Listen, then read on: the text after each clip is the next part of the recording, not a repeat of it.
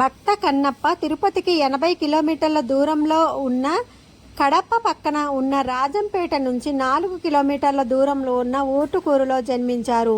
ఈ ఊరుని ఉడుమూరు అని పిలిచేవారు. అది కాలక్రమేణా ఊటుకూరుగా మారింది. ఇక్కడ ఒక దట్టమెరన అరణ్యం ఉండేది. అక్కడ కోయగూడెం కూడా ఉండేది. ఈ కోయగూడెనికి రాజు నాయకుడు. ఆయన భార్య పేరు దత్త. వాళ్ళ కుమారుడే తిన్నడు కన్నడు కన్నప్ప.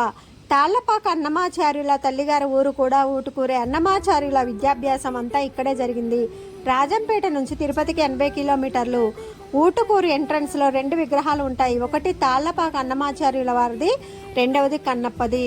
భక్త కన్నప్ప ప్రతిష్ఠించిన శివలింగానికి పగుళ్ళు రావడంతో ఆగమన శాస్త్రం ప్రకారం పగుళ్ళు వచ్చిన శివలింగానికి పూజలు చేయకూడదని చెప్పడంతో అక్కడ మరొక కొత్త శివలింగాన్ని ప్రతిష్ఠించారు. భక్త కన్నప్ప ప్రతిష్ఠించిన శివలింగం గుడికి బయట ప్రతిష్ఠించారు. అది ఇప్పటికీ ఊటుకూరులో ఉంది.